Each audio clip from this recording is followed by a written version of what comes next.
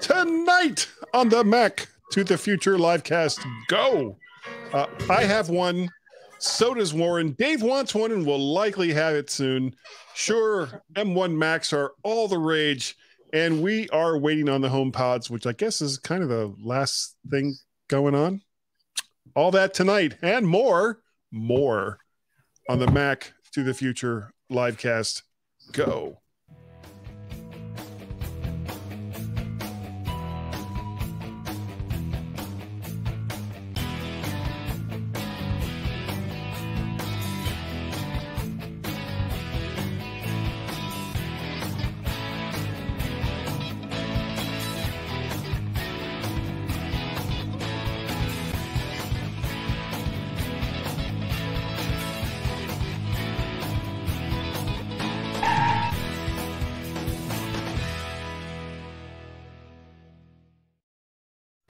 And hello, everyone. It is so very good to see you. Where is my stuff? There it is. There it is right there. I'm Guy Serle, MyMac Podcast, Guy's Daily Drive, and of course, the Mac to the Future podcast.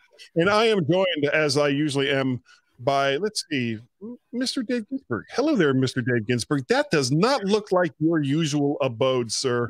It is not. Yes, I'm hanging out at our lovely vacation home for Thanksgiving and having some fun with the family. So, yeah, I look like I'm in a mugshot here with just some big yellow bag jazz hands.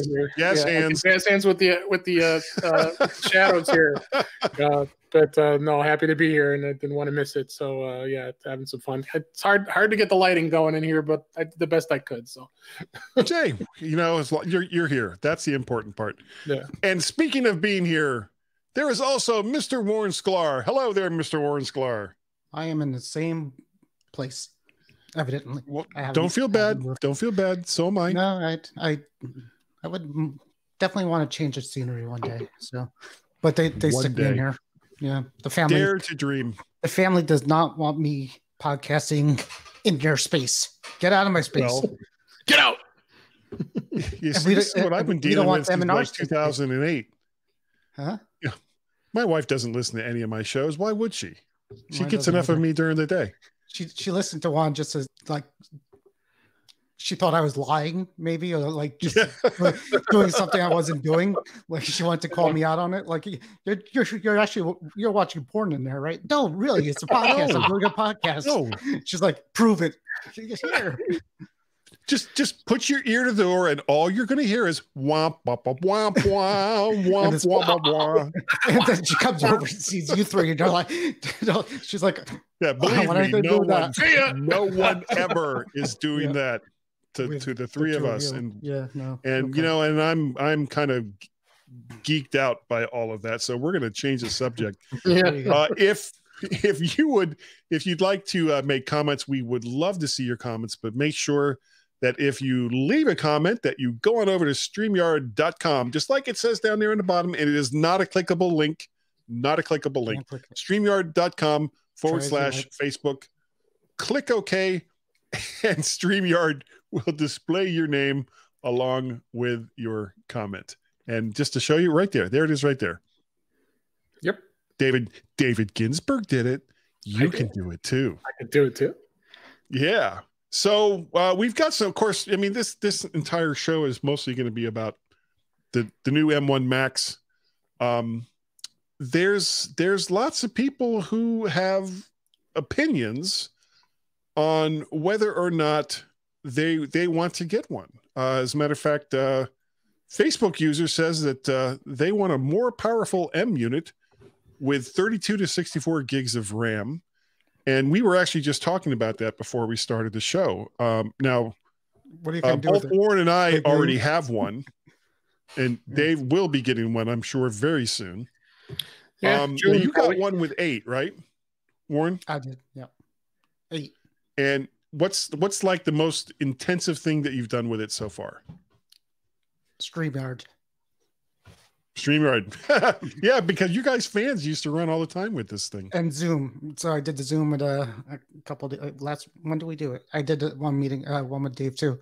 And that's, I still have it, the 16-inch 2019 i9 with 16 gigs of RAM. fans would blow like crazy and get hot and like the thing was struggling. This Air with 8 gigs of memory is just like I could do 100 things now. And you go over to activity monitor. I'm using Chrome. There's like almost nothing there. It's crazy. These are, especially considering that they're first gen, they're amazing machines. And especially if you're talking about the mini, go ahead and get you don't have to do what I did. You can get the 8 gig, 256 gigabyte for storage unit and add your own storage later, and these things are just fantastic. What is it? Machines. $699 the base? $699. Yeah, $699 base. Yeah. That's, if I had a need for one, I would get one, but I like my laptops. So this was a no brainer.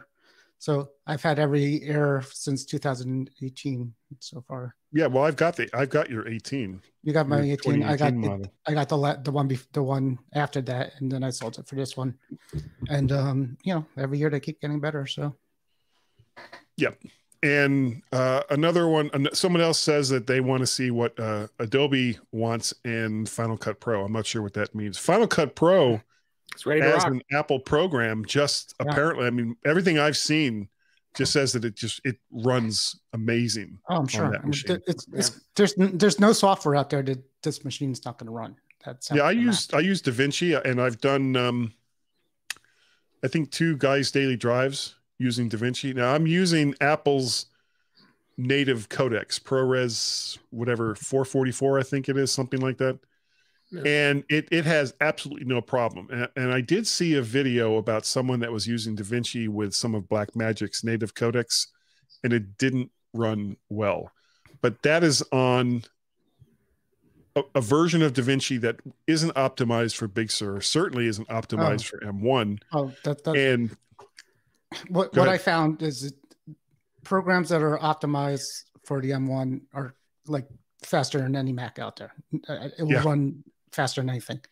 The ones that are Rosetta too run about the same as my 16-inch MacBook. So we're a little bit worse. I would say in performance, it would be Rosetta 2, the i9 16-inch, and native apps is basically it. And this is on a machine that was probably 1/2 to 1/3 the cost of your 16-inch. 2.5. This was about twice. 16-inch was like 27, and this one was $12.99 or something. Yeah. So. Blasphemy! I tell you. I've never had an Alexa show, and I have a HomePod mini coming, but it hasn't shown up yet. And another Facebook user says it's peach, not yellow. Dave, what? Your background. Oh, okay. Yeah, that's my wife saying that. So I didn't hear that. She's in the chat. Got it. All right. I guess it is peach. She's right. Yeah. The lighting is making it look more yellow. All right. So, yeah. So we have there's rumors of another Apple event in December.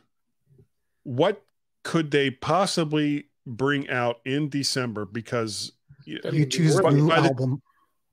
Sorry, YouTube's new album, and just automatically download it to everybody. Yeah. That's just like the YouTube iPod.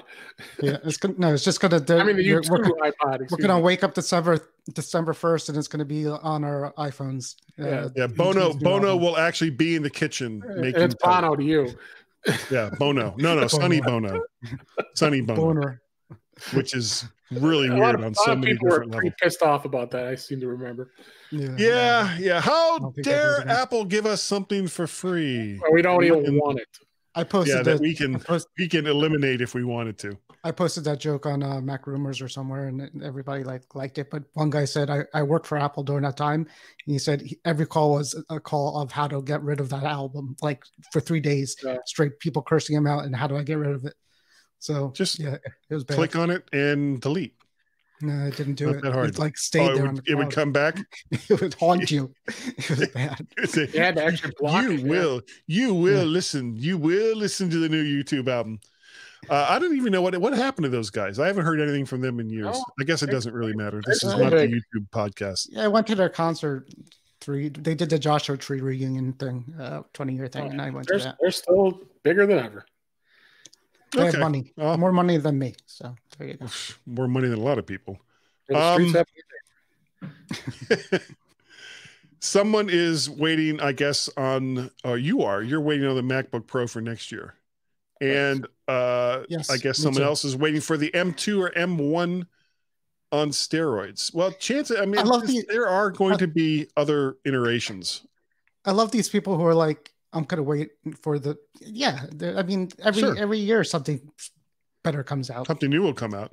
And again, not to beat a dead horse, this is just the first generation, and where Apple's going to take silicon into the future, we don't really know. And I imagine that they'll probably add things like possibly could they add metal? Do they have to add metal into that, or is that done through the operating system? It's OS. I thought. Yeah. Is that OS level, or is that related to hardware? I think it needs a certain GPU. I think. The GPU, right. Yeah, it's not built into GPU, but it needs a GPU, a high-end GPU or something.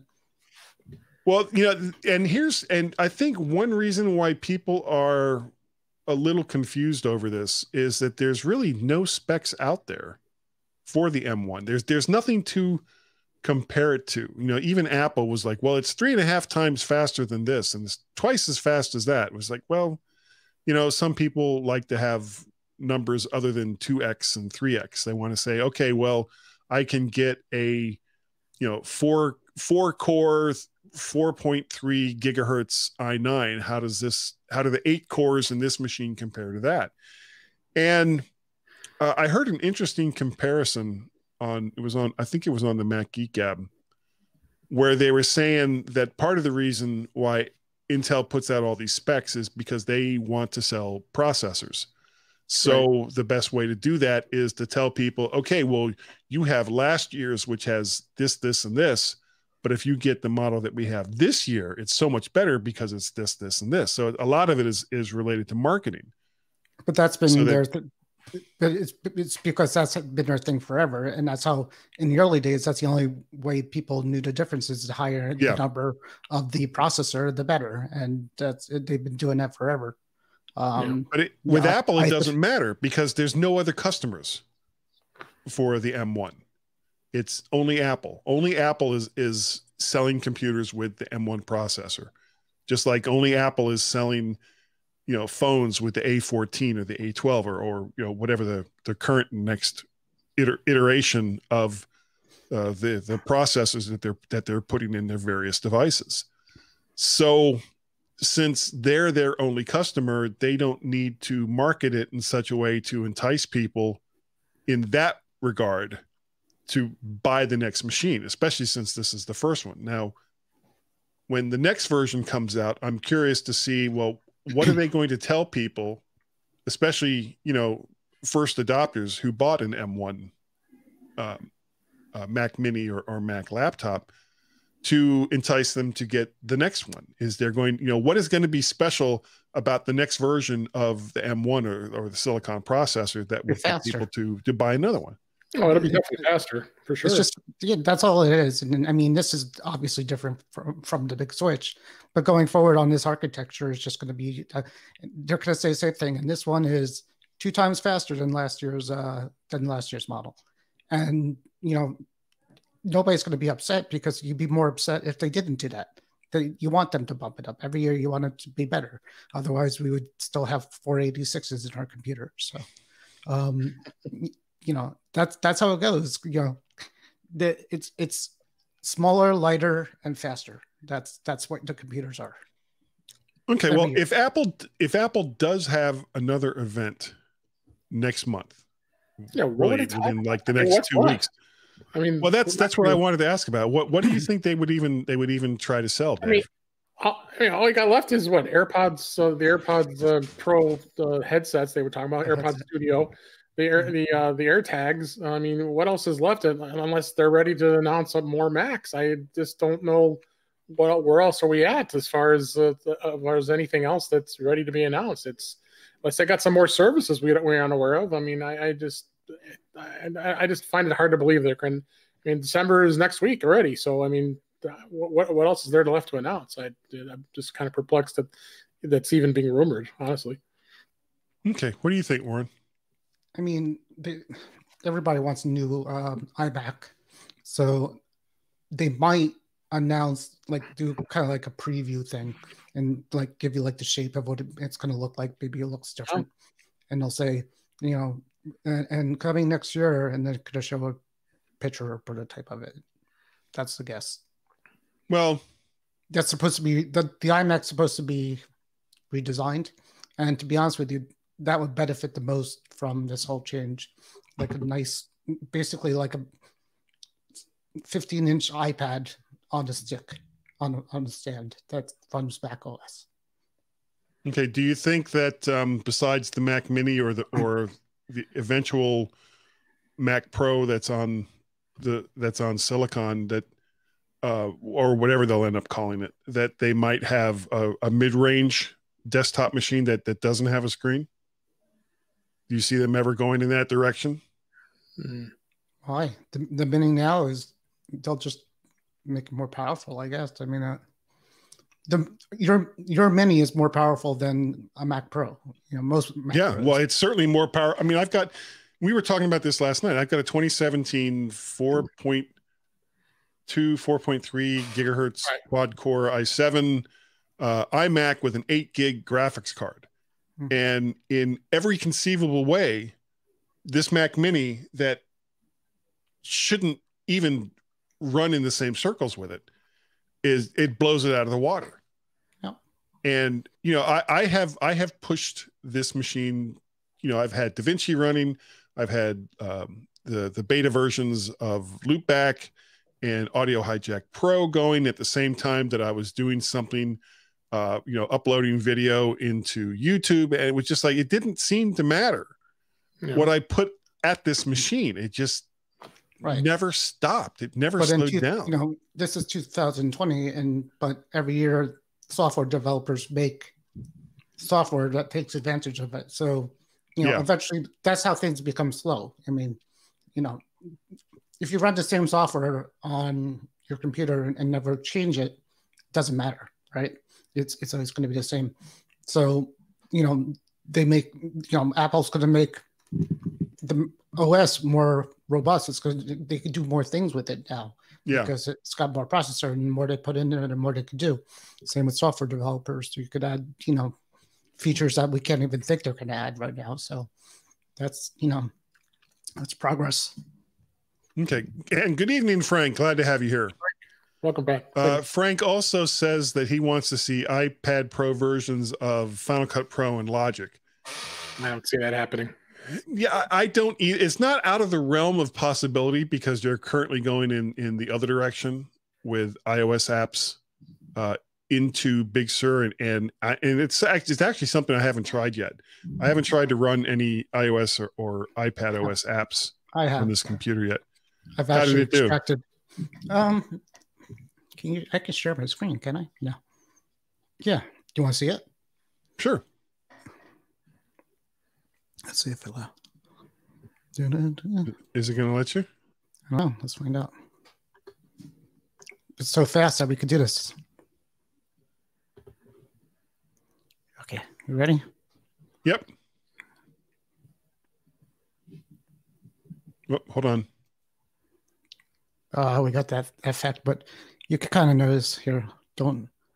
Here's the Mac Geek Gab app. That's going off into infinity.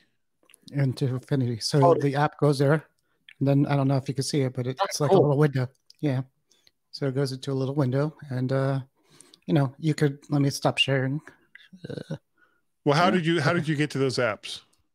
So there's two ways. There's the Apple way. You go to the App Store, and when you search for an app, the list comes up. But on the very top where it says the type of app, there's a little tab to the right now that says iPhone and iPad apps. You click on that and you'll get them there. And something that I figured out today, which was really cool, is if you click on your account picture on the bottom left, and then click on the iPad and iOS apps, you'll see all the apps you ever put on your iOS devices in the iOS form, which is really cool. You can where would I click on that? Under my name? So you go on the App Store. I'm in the App Store. Click on your name on the bottom left. And then right under the word account. Yeah. You click on iPhone and iPad apps, and you'll see all your apps that you ever had that's available on the Mac. So that's pretty cool. Yeah, so I went through that list today and kind of figured out what I probably want to put on my computer, because that's the idea, that you don't have to get your phone out, So it works. It works fine. People complain about it, and there's also, I did this too. Evidently, if you click an IPA file that the iPhones use, if you double click it, it moves it to the application and does the same thing as what I just showed you with the App Store. So you could run apps that the developer didn't port over. Actually, you could run apps that the developers purposely pulled out of the App Store for Mac because of reasons we don't know about. So like my Tesla app on my phone, I could unlock my doors. It's actually by key. So when I walk near my car, I could open up my doors. So I'm like, all right. So I put it on the Mac, and so now I could control my Tesla from here. And actually, from the Mac. And actually, if I don't have if we look outside of his house right now, it's slowly doing circles. And since the Mac has Bluetooth on it, if I take my Mac and don't have my phone with me, I can unlock my car with my MacBook, which is kind of weird. Just wait until like there's some hippie or something going by your house and just have your horn start blowing, freak him out. Well, without my phone. I'm one to talk about hippies. But anyways, that's the apps, and they're pretty neat. The Mac Geek app that you have to offload it, you sideloaded it, or was it? No, it came up in my list of apps. That one. Okay. So yeah, it's right. I just looked at it. It's right. I didn't even notice it because I've been going in and out of the App Store. This was actually like the first computer in a long time that I didn't use Migration Assistant on. I wanted it to be like a fresh experience, which may be why I'm having some of the issues that I'm having with it, which we'll talk about in a minute. Frank, it's funny you should mention Bluetooth. I did have a problem originally with connecting my AirPods just earlier this evening. There's an article out there. That's been the only issue. And everything else I had, because my mouse is going over Bluetooth and my keyboard is going over Bluetooth. They were fine. It was just the AirPods that had an issue, and I'm not sure why. There's an article about that saying it's like, is there? Yeah, I'll post it in well, the problem I'm currently having is I can't get iCloud documents to show up in the Finder, and I can't get to iCloud documents on the Mac through the Pages app. And I'm guessing it's probably the same thing with Numbers and Keynote. So I've go ahead. Sorry. Well, I just say, and I've backed all the way out. I've eliminated the iCloud account from the computer and then re-signed back in and all the rest of it. And I'm getting the same problem. And it's under options in system preferences for accounts where there's a little checkbox for iCloud documents. And I click it and it looks like it's good. Then I back out of it. But if I go back into it, it's unchecked again. So I'm not sure what's quite going on with that. Can we talk about problems? I'll have to. Yeah. You want to talk about your problem? Since we're on the subject. Here. Yeah, go ahead. I got the new Air on the launch day. It came in the mail. I got it, and I loved it. Started using it, no problems. And then I heard reports of people having problems if they go into disk utility, wipe out, go to recovery disk utility, you could wipe out the drives and reinstall Mac OS. And a lot of people do that. I do that for fun sometimes when I'm bored. And so so I knew I wasn't going to do that because I heard about it. And then I'm like, okay, so I really want to play with the operating system. I want to see what it looks like without my stuff on it to see how fast it is, without because I did a restore from Time Machine as soon as I got the machine. Excuse me.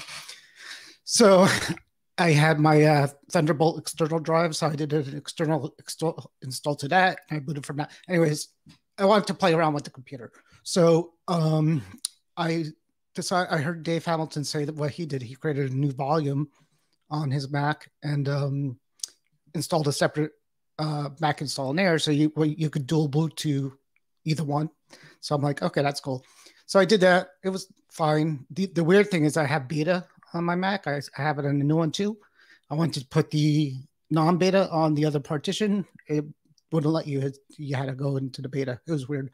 So after I was done with that, this was 2 days ago, I went to delete out. I was done with that extra install of Mac, so I wanted to do disk utility in my real install of the OS, removed the volume partition, right? The partition, and then that was it. So I restarted holding down. So when you want to go into recovery mode, instead of holding down Option R, you turn it on and hold the power button, and it gives you a little menu.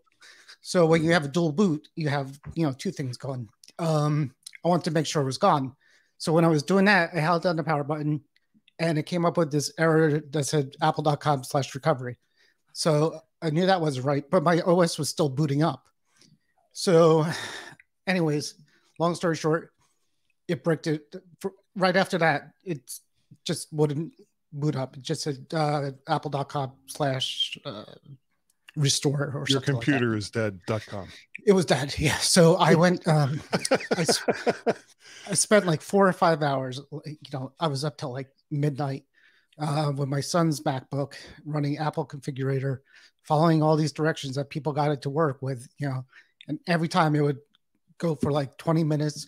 And on the very last step, it gave an error. So I gave up. And then the next day, I'm like, I'm going to an Apple store. I'm getting a new one, or I'm going to the Genius Bar. But of course, when you try to schedule anything, you can't. Everything's week out. I'm like, I'm not waiting a week. By the way, my 16-inch MacBook Pro went to Apple the week before, 2 weeks before, because it had a little chip in the screen, and I wanted them to fix it under my Apple Care, because if I want to sell it, I want it to be worth more. So anyways, I have no computer at this time. So I wake up and I'm like, I need a computer. I used to have like 20. Now I have 0. So I need something. So I got up. I went to an Apple store that said they had stock online of a couple of the same errors. I've never been there. It's not that far from where I work. So I get there, I get out. It's not in the mall. It's on its own. There's security guards out there. And they wouldn't let me in. They're like, you can't go in there. It's appointment only. You can't even talk to anybody. I'm like, and I like drove out of the way for this. So I'm like crying, like, what am I going to do? So, and they were nasty too. The guards, they're like, they kept pointing us out. It was like in, I felt like I was like a kid, they're treating me that way. So anyways, I went to a mall that was close by, and they were super nice. And this guy let me in. He swapped it right out, and he put my Apple Care on this one. I liked him so much, I bought that stupid MagSafe thing just for him, So you see, you gave Warren a $1,200 computer, and he bought a cable. So. Well, it was worth it. He was so nice. He's like, "Can I do anything else for you?" I'm like, "Yeah, I don't want to get rid of you." The other store was horrible. So it was stupid. It was stupid, actually. But It's in my car. I'll figure out something to do with it. So it was just a mess. If you're going to brick your computer, don't do it during COVID, because I was pretty sure I was going to have to wait like another week. And that day my Mac 16 arrived, and Apple didn't charge me for a case. They didn't charge me $100 or take to replace the screen. Or was it the glass on the case? So it was on the very corner of the screen, the actual glass. Yeah, and it was rough. It wasn't really chipped, but there was a little bit of damage. So I told him and I'm honest. There's no way I dropped it. There's no other damage anywhere else except on that little corner. So it's got to be something with the glass. He's like, okay, I'll put it in with no, that's what it is. I'll put it in. So anyways, I got it for free. So it was a bad experience, turned good. That glass, that thing, I think I'm going to saved you $100. Yeah. So the magnet thing, I think I want to mount it to my car, because it could actually be a nice car thing. You might be able to if you adhesive. Does that also send data over? No, I don't think so. Okay, so you would still have to have something connected to your phone to use CarPlay. Yeah, that doesn't work. Okay.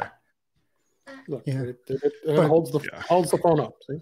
Yeah, except if I have a non-Apple case and it doesn't do it, so you can't do it. Yeah, it doesn't work. All these iPhone 12 still have a Lightning port. Yes. Okay, so it makes me kind of think, what was the point of the MagSafe connector if all it does is charge and you can still do that through the Lightning port? There's no point to it. It sticks, but see how it just falls right off on a normal case. Right. If you get what's the difference between like putting that on the back or putting a cable in the back? I mean, that's the point. I know. It's just I don't see the point of it. So the only thing that would be cool, I think, it would be like an external battery pack, like a thin one that could snap on the back, give it a little more battery. But other than that, kind of like the old Mophie case. Not that the Mophie cases did that, but something that looked like the Mophie case, or thin, and you just clicked on. Instead of, you would still have, because the Mophie cases and all the battery cases that were out there would basically take whatever your connector was on your phone, use that, and then give you like a USB micro or mini out for reasons. I think they didn't want to pay Apple the licensing fee to use the 30-pin connector or the Lightning port. And it's part of the reason why I stopped using them, because it was like, part of the reason why I use an Apple device is so that I don't have to use really, really crappy connectors like USB mini and USB micro. When Apple started using the Lightning connector, I thought that was the greatest thing since sliced bread. It no longer mattered what direction I plugged that cable in. It just it would just plug in. Same thing with like USB-C and Thunderbolt. But these are great connectors. So when Apple came out with their battery case, they put the Lightning. They had the Lightning connector on the bottom. That was their big thing. Remember their cases? And they were nice too. Yeah, kind of looked like a pregnant elephant, but Well, that's so my idea would be like that concept, but you'd be able to remove it easily and still have your case. And this way you don't have to carry around a big phone all the time if you don't need to. You just snap it on when you need it. Yeah, have your case and eat it too. Exactly. Yep. Yeah. All right. Do you guys have anything else you want to talk about tonight? Yeah. Probably just what about your there was that rumor we were going to talk about real quick about the potential that they're going to release the MacBook Pros, probably a 14 and a 16-inch MacBook Pro, and potentially they said maybe they might release both a M1 or M2 or a Intel, which I found to be next month? You talking next about year? When? They didn't say when. Sometime in the first or the second quarter of next year. So that was one of the rumors from one of those guys on Twitter. What was the name of that? Love to dream. Yeah, he's been pretty accurate, but that's been the rumor. I just don't see it. They're not going to move backward by going with another Intel machine. Unless they have they might have some in the pipeline that they might do something. I don't know. I see absolutely no benefit to Apple to have a machine with both processors in it, right? Because the market for something like that would be so small. At the very worst, as Apple goes through this transition, you'll have some people that will hang on to their Intel machines longer than maybe they would have because there are certain functions or features that those machines have that aren't currently in the current M1 or whatever the next generation of M processor based Macs that, you know, whatever they may have that come out. And whether it's something like Boot Camp, you know, the ability to boot into Windows directly or through emulation. Again, these are still, and while a lot of people do it, it's still a relatively niche market. There's not a lot of people, once they get used to how the Mac OS does things, if it's their own personal private machine, for the most part, unless they want to run games, they're not putting Windows on their Mac computers. And if they're gamers, they're probably not buying Mac computers. I think Apple might be doing what they're doing. If they do release them next year with Intel, it might just be a message to everybody saying that we're not abandoning, because everybody has Intel. You know, only a handful of people have the new machine compared to the rest of the world. So they don't want, you know, everybody to say, you know, Apple is screwing us because they're going to abandon Intel. It's got to be, you know, there's only like 2 models or 3 models of the new chip available at this point. There's not a big, you know, I think until their entire line is converted over, they can't give the impression that I still think they're going to do it in a year. I think by this time next year, they'll have, other than maybe something like the Mac Pro, they'll have all of the standard computer Mac computers converted over. Mac Pro. I mean, people just bought the Mac Pro earlier this year, and and that machine isn't going anywhere anytime soon. Especially when people spend $5-6 grand for that, up to $10 grand for that machine. So, well, that's why I keep asking about like a mid-range desktop, not a like the M series Mac Pro, but something with a little more oomph than the Mac Mini, and maybe something even with a little more oomph, and where you can add your own screens than whatever the next iMac looks like when it comes out. And I think that a mid-level M series Mac computer would fit right in with their lineup. Well, it's gonna be interesting. I didn't see what they do. It really is. Right now there is no, but right now this chip has no distinction between its performance. It's the same chip in the Air. All three machines that are out right now. So I mean, you're saying put out a mid-level machine.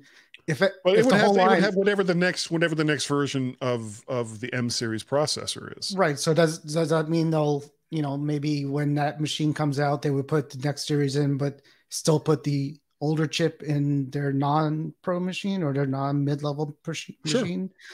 You think currently there is nothing that is slowing the current version of the M series processors down. They're eating through everything people are throwing at it.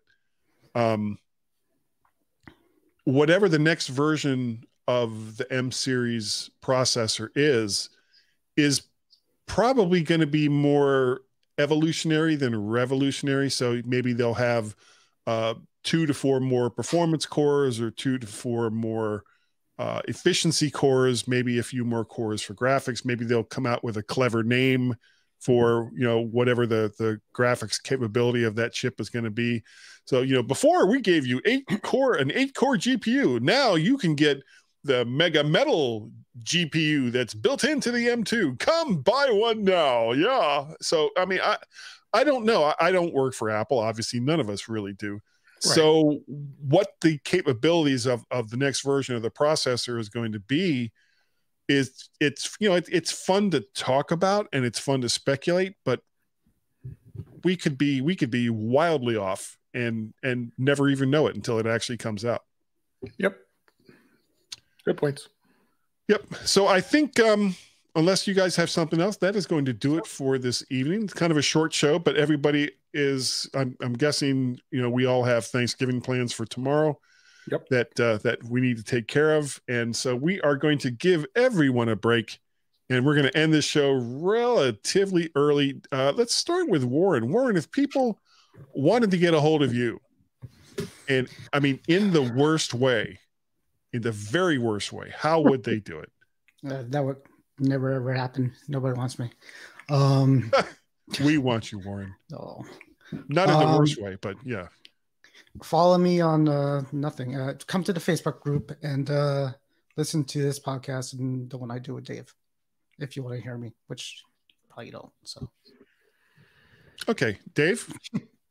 Yeah, well, you find us and me on In Touch with iOS at intouchwithios.com. We just did our Thanksgiving episode this past week and published it yesterday, actually. So we'll be taking off the Thanksgiving holiday, be back next week.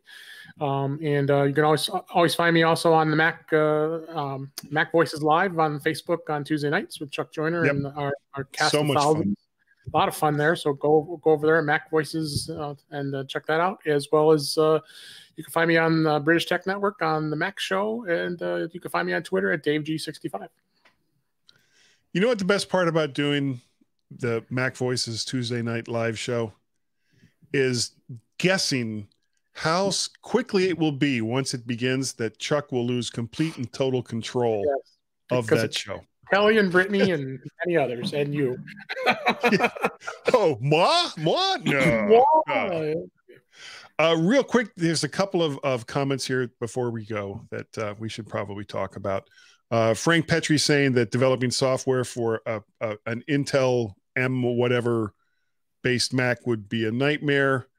He also thinks that Intel refurbs will become a hot item, and I agree with this one, that they should have 3 tiers for all products: entry level, mid level, and pro. Yep. And currently, Frank, I do not believe it is a good idea to put Ubuntu on your Mac. It would have to run, because until either Parallels or that's somebody else, VMware figure out their plans for the M1 for running, emulated operating systems, I would hold off on doing anything other than just running the Mac OS. I don't think he's talking about the new ones. I think he's talking about older ones in general. Yeah, because you can't even. Because you can't run that on the new Mac. I couldn't even run. Yesterday I couldn't run Mac OS on my new Mac. I wouldn't. So, did you try turning it off and turning it back on again? It was actually really frustrating because I mean, believe me. This is a computer reports, and it's had internet recovery forever. Right. It made it like to watch. So like if you screw up the watch bad enough, there's no way to you have to bring it to Apple. There's no way to restore it yourself. And I'm a software guy, and I wipe my machines like weekly for fun sometimes, if I want to.